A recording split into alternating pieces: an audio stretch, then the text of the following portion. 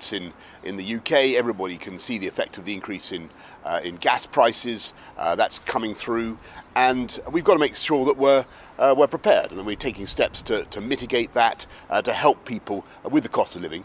So next week we're going to be setting out the energy strategy for the UK.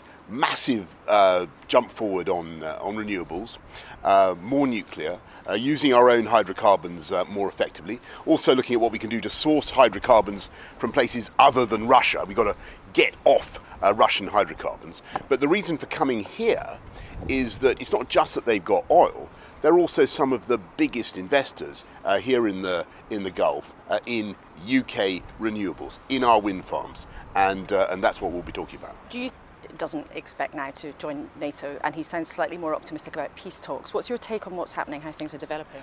I talked to Vladimir again yesterday, and of course I understand what he's saying about NATO and the reality of the position, and everybody's always said, and we made it clear to Putin, there's no way Ukraine is going to join NATO anytime soon. But the decision about the future of Ukraine has got to be for the Ukrainian people and for Vladimir Zelensky as their elected leader, and we will back him. And the most important thing is that Putin's aggression, his absolutely barbaric attacks on Ukraine, should stop, and they should not be seen to have succeeded, and they won't succeed.